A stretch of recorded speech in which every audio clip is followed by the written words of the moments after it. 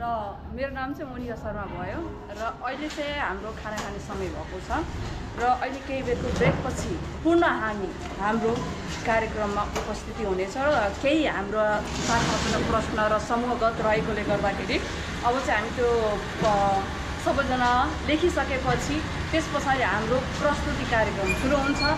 So तपाईहरु हाम्रो कार्यक्रम कस्तो लाग्यो के छ कस्तो जान्न चाहनुहुन्छ भने यो भिडियो चाहिँ पुरै तो अखन हम सब आई रोड से क्रॉस भेलिए तो एगो गाड़ी के रोक देले तो ई भाई कहिए बाप रे सब पीछा जते तो हम सब कथि कर सकै छी? प्लेन के भी रुका सकै छी। सॉरी बोल दे प्लेन के भी रुका सकै छी। आ ई तो रोड पर चलत गाड़ी है ना एकदम इतने दूर में होटल है कि जाते जाते हमरा सबके शाम हो जाए। अब भूख लग जाए है। खाना खाएला तो हमने सब जाए छी होटल, लेकिन खाना खा के अबते में हमरा सबके फिर भूख लग जाए। मतलब कि 2 किलोमीटर चल के जाए पड़े। जब मीटिंग है मीटिंग हॉल में, वहाँ से 2 किलोमीटर हम सब चल के जाए चल के अभी छी खाना खा के। तो सोचियो कि जाते जाते तो भूख लगले रही है और फिर अभी छी तो भूख लग जाए फिर के। तो ये सब हमरा यही अन्याय ना फिर रहा है। सभी उपस्थित भ गए है होटल में खाना खाए के लिए। एकदम बोतल में पानी मिला पूरा इंतजार कर रहा है। हम भी इंतजार कर रहे छे, नहीं भी इंतजार कर रहा है। अभी खाना जल्दी जाओ भूख लगल है।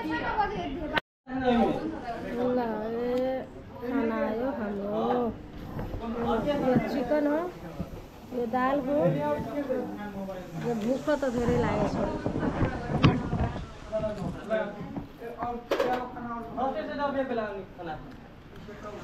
घटनाले परिणामहरू ल्याए त्यसमा केन्द्रित भएर मैले के लेखेँ तपाईँले भन्नु भने मधेस आन्दोलनमा मधेसीहरू मात्रै सहभागी थिएनन्। कोही मधेसका मित्र शक्तिको रूपमा रहेको पहाडी समुदायको सहयोग पहाडी समुदायले राजनीतिमा राप्रपालेका सहयोग गरेको राजावादीहरूले मधेस आन्दोलनमा सहयोग गरेको कुरा गौरको घटना हेर्नुहोस् अथवा लाहानको घटना हेर्नुहोस् अथवा सप्तरीको घटना हेर्नुहोस्, कुनै ठाउँ अथवा काठमाडौँमा जुन दिन पहिलोपटक उपेन्द्र महतोहरू पक्राउ पर्नुभयो त्यतिखेर पनि त्यहाँ पनि राष्ट्रवादका मान्छेहरू पक्राउ परेका थिए। लाहानमा कृष्णबहादुर महराजी जुन हुनुहुन्थ्यो, कृष्णबहादुर यादवजी जो त्यहाँ केन्द्रीय सदस्य फोरमको हुन्थ्यो, उहाँले आन्दोलन गर्ने उहाँसँग मैले पटक तर उहाँ छोटो समयमा किन स्थापित हुनुभयो? कुन वर्गप्रति उहाँ वफादार हुनुभयो? जो रियालिटी छ समाजको धरातल यथार्थलाई समाएर उहाँ स्थापित हुनु हो कि होइन?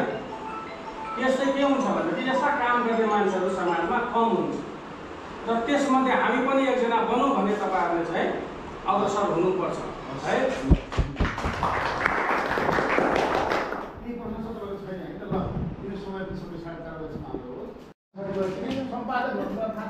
सम्पादक हुन नेपालमा नि तपाईँले पत्रकार हो, सम्पादक हुनलाई नेपालको कानुनले कि त बिए पास गरेको हुनुपर्छ कि लगातार कुनै पत्रिकामा 10 वर्ष काम गरेको प्रमाण हुनुपर्छ।